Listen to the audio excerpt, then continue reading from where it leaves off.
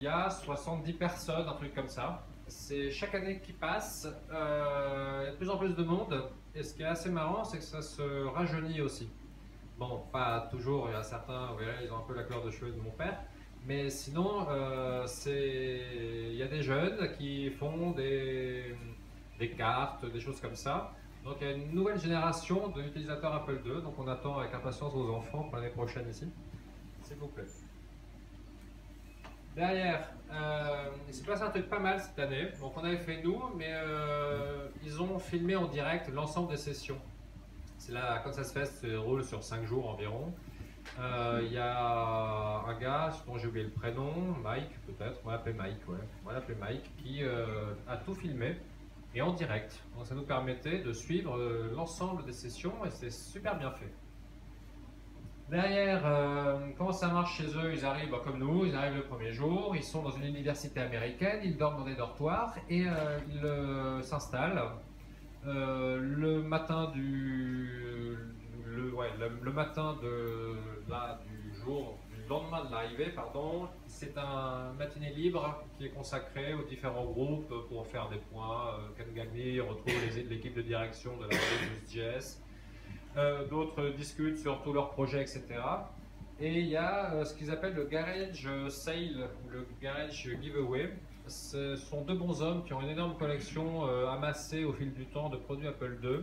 Et ils viennent avec un gros camion, ils viennent avec 3 tonnes de matériel Apple II. Et ils mettent ça à disposition de tout le monde. Alors il y avait une pile, des piles, 70 drives ou je sais pas combien, des ordinateurs, en voiture voilà, des disques, il y a énormément de choses. Et chacun est libre de laisser quelques dollars pour payer les frais de transport et autres. Ce qui est sympa, c'est que ça permet à des personnes qui n'avaient pas le matériel de pouvoir rentrer et de jouer avec. Ce qui se passe depuis quelques années aussi, c'est qu'il y a certains gros hommes qui y vont, qui filent 5 euros pour après avoir récupéré un Apple Lisa par exemple, et après ils le foutent en vente sur eBay. Donc là, c'est quelque chose, je pense qu'ils vont changer un peu la manière de fonctionner. Ils demandent déjà à ceux qui récupèrent le matériel de ne pas le faire, mais bon, la nature étant ce qu'elle est, certains le font et gagnent un petit peu d'argent. Ensuite, j'ai noté un petit peu le point remarquable de chacune des journées parce qu'il y a autant de sessions que chez nous. Des sessions pour souder, pour parler de logiciels, des choses comme ça, comment faire de la césure en anglais. Quoi. Il y a plein de choses intéressantes. Mais j'ai mis les points remarquables. Il y a un truc dont vous avez peut-être entendu parler qui s'appelle A2 Cloud, A2 Server. C'est Yvan Drucker qui fait ça, c'est un américain plutôt smart qui permet de relier en fait l'Apple II au travers de Raspberry et d'avoir toutes ces images disques sur une machine extérieure moderne et de pouvoir jouer avec sur un Apple II. C'est plutôt pas mal, il a mis à jour la chose et ça tourne bien. C'est un truc à regarder hein, pour ceux qui aiment bien ce genre de petits joujoux. Et le lendemain, ça a été des journées surtout orientées logiciel, mais au logiciel moderne. Dagenbrock, qui est un développeur sur Apple 2GS, a mis à jour des émulateurs Apple 2GS pour les rendre un petit peu plus compatibles, offrir plusieurs fenêtres d'affichage pour savoir ce qui se passe un peu dans la machine. C'est une bonne évolution, c'est plutôt pas mal. Comme d'habitude, ça parle de RetroBrite, hein, comme ici. C'est le sujet à la mode. C'est je prends un produit, je mets ça sur mon plastique et il est plus jaune, il devient tout blanc. Et donc la patine disparaît. Il y a un spécialiste qui s'appelle Javier Rivera qui habite à Miami et qui, lui, est le champion du monde de l'Apple II tout blanc. Et moi je trouve pas ça joli, mais bon, ça, je ne suis pas là pour donner mon avis, mais pour raconter ce qui s'est passé. Et il a présenté la chose. Et j'ai l'impression qu'avec le produit que vous avez trouvé là, le V20, 40, je sais pas quoi, c'est quelque chose qui est super simple, il n'y a pas de mélange à faire comme eux font. Là, c'est tout en un et on badigeonne et ça a l'air de donner le même résultat. L'avantage, c'est que ça mousse pas. Et l'avantage, c'est que ça ne mousse pas. C'est vrai, pardon, j'ai oublié ce détail qui est Voilà. pour moi le plus important. Et donc sur la partie logicielle, il y a également 4AM, donc le célèbre pirate américain qui a présenté son logiciel Passport dont je parlais hier. C'est le déplombage automatique de 2500-3000 logiciels sur Apple II. Et ça, c'est plutôt pas mal.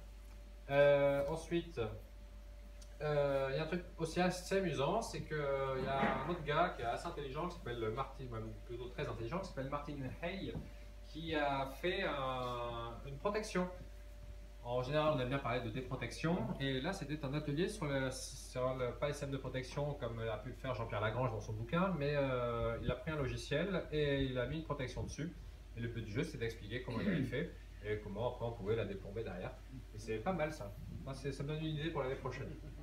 Et il y avait aussi, c'était le vendredi donc, un peu comme on fait, c'était chacun pouvait s'inscrire pour présenter ses nouveautés. Alors, Call Apple avec Bill Martens et Brian Weiser ont présenté leurs 5-6 bouquins qui sortent, la réédition de What's Where in the Apple, de je ne sais plus comment ça s'appelle les autres, et c'est disponible sur callapple.org/books. Vous pouvez tous les prendre. Le What's Where in the Apple, je vous le recommande parce que ça c'est quand même un bouquin de référence. Il y a tous les pics, les POC, toutes les adresses, etc. J'ai fait de la relecture sur celui-ci aussi. Donc il est un petit peu plus complet que l'édition d'origine parce qu'on a ajouté des petites choses sur différentes versions de Prodos. Le bouquin daté de 82 je crois, et en 82 il n'y avait pas Prodos, il n'y avait pas tous les Apple II. Donc c'est une édition enrichie et corrigée. Derrière, ouais, je ne sais pas si vous êtes au courant, ils font des concours depuis 30 et quelques années. C'est le concours de comment s'appelle, de la cravate la plus farfelue. Et ils font aussi un autre concours, c'est celui qui a la plus jolie porte de dortoir décorée. Bon, je ne sais pas si on pourrait faire ça à la petite pierre ou autre, mais voilà, ils font ça. Peut-être qu'on peut lancer un concours de cravate. Je n'ai pas spécialement envie d'en mettre là pendant ces quelques jours, mais ça peut être amusant. Ça peut donner des idées. Et qu'est-ce qui s'est passé le dernier jour? Rien en fait. Ils ont un rythme, ils démarrent plutôt que nous, c'est très structuré. Ils partent déjeuner, ils reviennent, ils continuent, ils s'arrêtent assez tôt, ils vont dîner, ils continuent de nouveau, ils revont dîner. Je n'ai toujours pas compris qu'ils pouvaient bouffer un burger un steak de 500 grammes à minuit, mais bon, ils le font. Oui, oui, oui. De toute façon, il n'y a que des aubaines. Oh non, non, quand on regarde la flotte tour, justement, j'étais très surpris. Non, non, je pensais aussi, mais non, loin de là. Et après, bon, bah, le dernier jour, ça plie, ça part, ça se donne rendez-vous l'année prochaine. Et ils vont continuer et faire une nouvelle Kansas Fest. Et bon, c'était très tentant parce que c'était très sympa hein, le fait de filmer en direct et de mettre ça à disposition de tout le monde. On pouvait participer, chatter avec eux, c'était vraiment très très cool. Donc ça c'est la première, c'est l'institution. La nôtre deviendra l'institution, en tout cas elle est plus célèbre pour son cadre de vie, pour son bien manger et son bien boire. Parce que c'est pas ça, ils étaient très contents. Quand ils nous ont vus l'année dernière, ils étaient un peu jaloux quand même de ce que l'on aurait fait. La seconde, je veux dire la deuxième, parce que nous sommes la troisième, c'est la WOZFest. Ouais, j'ai mis 2 heures à trouver le vrai nom, parce qu'entre le WOZCAFest, non, c'est la WOZFest. C'est la WOZFest. Le WOZ du Bosniaque et Fest pour fête. Et aussi, c'est un jeu de mots sur Oz, qui est le diminutif, le raccourci pour l'Australie. Voilà, c'est pour ça. Et c'est la 4e édition. Donc celle-ci s'appelle la WOZFest $04. Voilà. Alors je ne comprenais pas comment c'était, mais ça veut dire que c'est la 4e édition. C'est organisé par un monsieur qui s'appelle Sean McNamara, qui habite à Canberra, je crois, et qui fait ça dans son garage, en sous-sol. Il a son man's cave avec tout autour de la pièce des étagères et plein d'ordinateurs. Et ce monsieur, ça c'est marrant, ses pseudos sur Twitter et d'autres trucs, c'est Europlus. C'est en fait un utilisateur d'Apple II Europlus et il aime beaucoup l'Europlus. C'est marrant, alors si vous en avez à vendre, profitez-en, peut-être qu'il peut en acheter, mais il est déjà fourni. Là, c'est plus petit, c'est 6-8 personnes. De toute façon, les règles de sécurité sanitaire ne permettent pas d'avoir plus de monde chez lui. Et eux, ils boivent du cidre et ils mangent des pizzas. Et c'est un peu comme nous. Ouais, pareil que nous. Et c'était très orienté cette année. Bon, c'est toujours pareil, il y a des ateliers hardware aussi. Hein, je soude, j'ai une carte, qu'est-ce que c'est? Alors, il dit que c'est une carte 80 colonnes aussi. Etc. C'est un peu comme nous, sauf que là c'était très orienté préservation de disquettes. Hein. très original. C'était l'année de la préservation de disquettes. À la Kansas Fest, à la WOS Fest et ici. Donc ils ont une carte DD de duplication, quoi, le truc de récupération des bits des disquettes dont je parlais hier.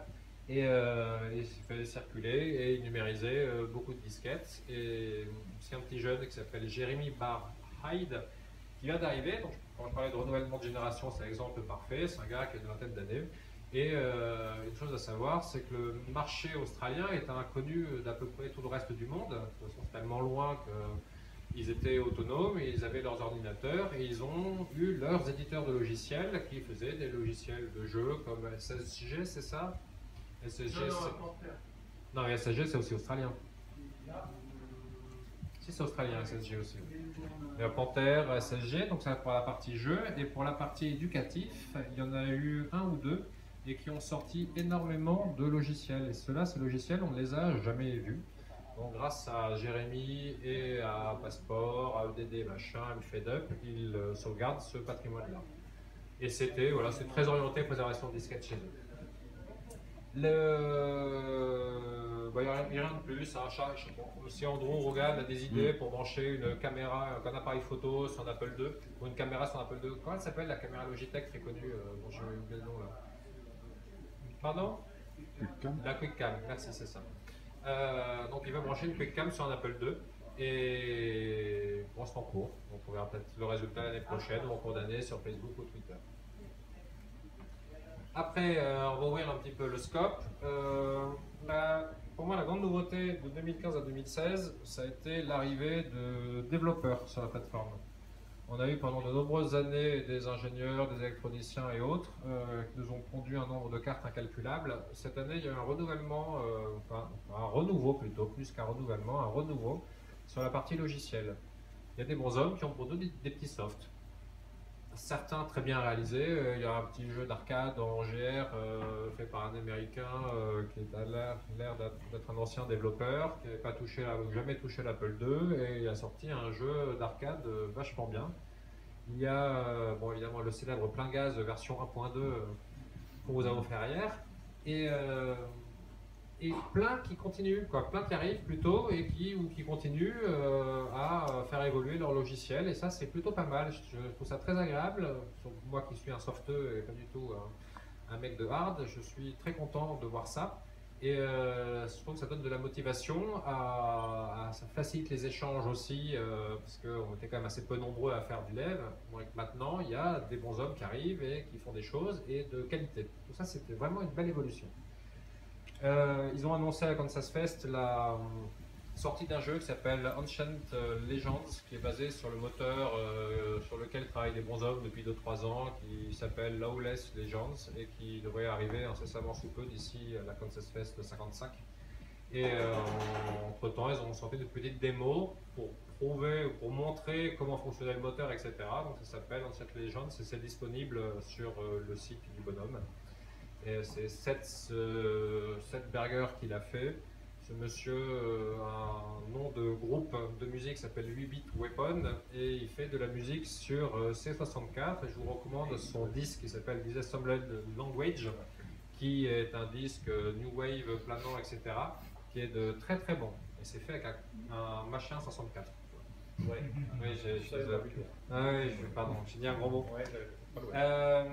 Niveau matériel, il y a deux nouveautés réellement. Bon, il y a la Ethernet 2 qui arrive, qui part, la CFFA 3000 qui arrive, qui part, mais qui sont des matériels qui ont déjà quelques années.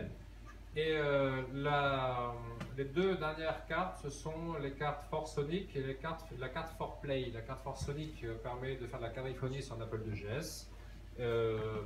Et la carte For Play permet de brancher des joysticks ou des pads numériques sur une machine Apple II. Et on a vu grâce à Mario hier que ce sont une machine qui gère que de l'analogique. Et donc il a fait ça et ça marche bien. Je suis venu avec ces deux cartes-là qui sont dans mon Apple IIgs que j'ouvrirai. Vous pourrez regarder à quoi ça sert et surtout ce que ça donne comme rendu. Les cartes sont disponibles pour la Force Sonic au prix incroyablement bas de $99, prix d'introduction, qui sera en vente un petit peu plus tard à $119, donc profitez-en parce que vous en avez besoin. Et la foreplay va venir un jour. Les softs commencent à être écrits. Avec Olivier, on a écrit des routines. On va mettre ça à disposition pour que les gens puissent modifier ou faire des logiciels de jeu qui permettraient d'avoir jusqu'à 4 joueurs en simultané. Et ça, c'est pas mal comme expérience. Ninja Force, le groupe allemand, a modifié son jeu Kaboom pour le rendre compatible avec la foreplay. Je suis venu avec, je suis pas arrivé à le faire fonctionner, donc on pourra essayer. Et la dernière chose, j'ai parlé des softeux, mais il y a eu également beaucoup de nouveautés mais sur les boutiques en ligne. Et je pensais, ce que j'avais dit la dernière et les années précédentes, je pensais qu'il allait y avoir plutôt un regroupement et qu'on se retrouve avec une seule boutique en ligne pour acheter du matériel Apple. En fait, pas du tout. Il y a quelques bons hommes, Plamen Vesilov en Bulgarie, il y a Yan Kim en Corée, il y a une boîte qui s'appelle Byte Boosters en Allemagne, GG Lab, USA, Amérique du Sud, qui se sont montés et qui peuvent exister depuis quelques temps, mais c'est devenu un peu industriel. Alors vous pouvez acheter de la carte mémoire RAMWorks, de la carte mémoire Apple 2GS, en veux-tu en voilà, c'est à celui qui fait la carte la plus petite, qui consomme le moins, etc. Et à des prix somme toute assez raisonnables. Je crois que pour 50 $, on peut avoir une carte 4 MB, ce qui est plutôt intéressant. Donc ça va tuer un peu le marché eBay. C'est finalement pas mal, parce qu'il n'y a pas de raison d'acheter une carte 4 MB 100 $, si on peut avoir une neuve à 50 et qui garantit plusieurs années. Ça vaut la peine. Oui. Est-ce qu'il y en aurait un parmi eux qui aurait eu la bonne idée de... Est-ce qu'il y en aurait un ou deux parmi eux qui auraient eu la bonne idée de jouer les grossistes et les intermédiaires, ce qui pourrait permettre, quand on veut acheter plusieurs produits, d'éviter de multiplier les frais de port, par exemple? Ils font pas ça, c'est une carte, un frais de port. Mais après, il faut leur écrire, il faut leur demander. Pour la Force Sonic, j'en ai acheté 3. Et j'avais droit à 120 $ de frais de port. Donc je trouvais ça un peu excessif. Ouais, 40 x 3, ça fait 120. Donc on a eu les 3 pour 45 $ de frais de port. Là, il faut leur écrire parce qu'ils mettent en ligne des systèmes à la WordPress tout intégrés où on appuie sur un bouton et vous mettez votre logo. Et donc si on leur écrit pas, par défaut, on va se retrouver avec les frais de port multipliés par le nombre de cartes achetées. Je parlais aussi de regrouper en fin de compte différents fournisseurs auprès d'une seule boutique. Oui, L'exemple très concret, la fameuse carte Ethernet, il disait que sur un autre site était vendu le petit adaptateur pour brancher ça en face arrière. Donc ça veut dire 5 $ de petits câbles à la con chez un fournisseur, plus les frais de port et la carte ailleurs, enfin dans un autre. Il n'y a pas ça. Il n'y a pas ça. Il faut avoir un copain aux États-Unis. Ouais, qui lui va Voilà. faire Ouais. le truc. Moi, c'est comme ça que je fais. Quand j'achète du soft aux États-Unis ou du hard, je fais livrer aux États-Unis. Après, quand il y a un gros carton, ils m'envoient le tout. Et c'est quand même financièrement très intéressant. Ah oui. Donc, parfois, il y a la douane qui passe, mais pas toujours. Voilà, donc j'ai mis les noms. Je sais pas, tiens, on n'a pas dit où on allait mettre les presses. Je les mettrai peut-être sur Bretagne de Luxe ou je sais pas, on les mettra sur l'Apple II, sur le site du festival Apple II. Parce qu'il y a le nom des boutiques, il y a les liens vers les différents sites de la Kansas Fest et de la WOSFest. Et ça vaut la peine d'aller faire un tour quand on cherche du matos. La case eBay n'est plus obligatoire sur quand même un certain nombre d'éléments. Voilà ce que je voulais vous dire. Avez-vous des questions? Les producteurs dont tu parles aux États-Unis, ils sont plutôt dans quel coin? La Silicon Valley ou ailleurs? Je ne sais pas te répondre, je ne sais pas où ils sont situés. Mais bon, A2Even est en Bulgarie, le Byte Boosters est en Allemagne, Ah oui. GG Lab, je sais pas, je sais plus, et je sais pas, non je peux pas te répondre, je sais pas où ils sont localisés, aucune idée. Les Japonais, c'est facile. Les Japonais, ah oui c'est vrai, j'ai oublié d'en parler, mais je l'avais noté en plus, les deux trucs assez amusants. Moi j'aime beaucoup ces bons hommes-là, c'est des trucs que je ne sais pas faire, je les maîtrise pas du tout, je les comprends pas, mais je trouve ça très... Ce que je trouve ennuyeux, c'est que c'est toujours les mêmes cartes. Moi, avoir 40 fois la même carte mémoire 4 MB au même prix, ça m'intéresse pas trop. Bon, je pense que les gens apprennent pour sortir des cartes un petit peu plus différentes. Et Le coréen, là, Yan Kim, fait ce genre de choses. Il a fait une carte Mockingboard pour un Apple IIc pour mettre à l'intérieur. Ça se faisait pas. C'est quand même. Ça, je trouve ça assez original. Bon, Plamen en Bulgarie avec A2 Heaven va nous sortir des cartes encore très originales, lui. Ça, c'est un peu le seul qui fait ce genre de truc.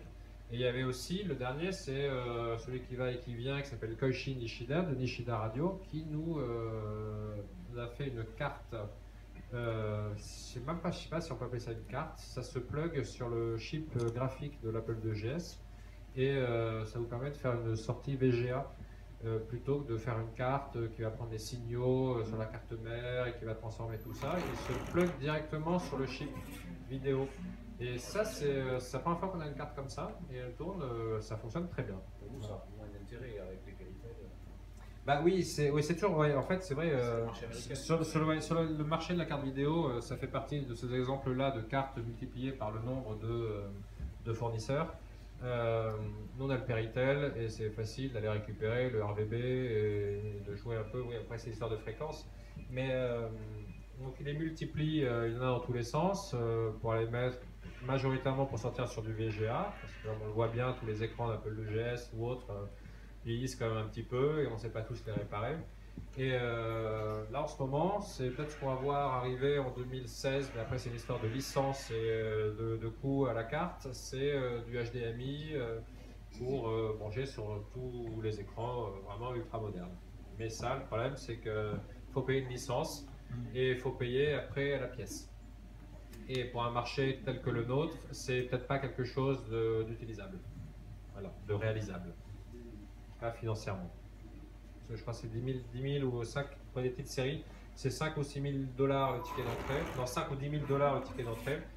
Et il faut donner en plus 1 $ par pièce produite. Et jusqu'à hauteur de 20 000 exemplaires. Donc on n'est quand même pas là dans le marché de l'Apple II. Donc je pense qu'on aura encore pour longtemps des cartes VGA. Pardon, Benoît ? Il peut faire du DVI. Il peut faire du DVI, oui. C'est vrai. Oui. Oui. La Koichi Nishida a fait les deux cartes comme ça. Il a fait une sortie DVI et une sortie HDMI. Et la HDMI, il la garde pour lui, parce que voilà, pour l'histoire de licence. Et la licence, c'est par unité de production ou c'est par produit vendu? Je ne sais pas, tiens, bonne remarque. Je ne sais pas si c'est à la prod ou à la vente. Si on trouve une unité de production qui a déjà une licence pour sortir du HDMI, il suffirait qu'elle produise des cartes supplémentaires sans payer des signes sur tout. Oui, oui, c'est une bonne remarque, je ne sais pas. Si tu vends des kits, tu payes aussi la licence HDMI dans ce cas-là? Quand tu prends un kit, tu t'engages à ne pas faire de prod, c'est pour dans ce que j'ai compris de lui, c'est pour, oui, voilà, tu peux faire la petite série et ne pas le dire.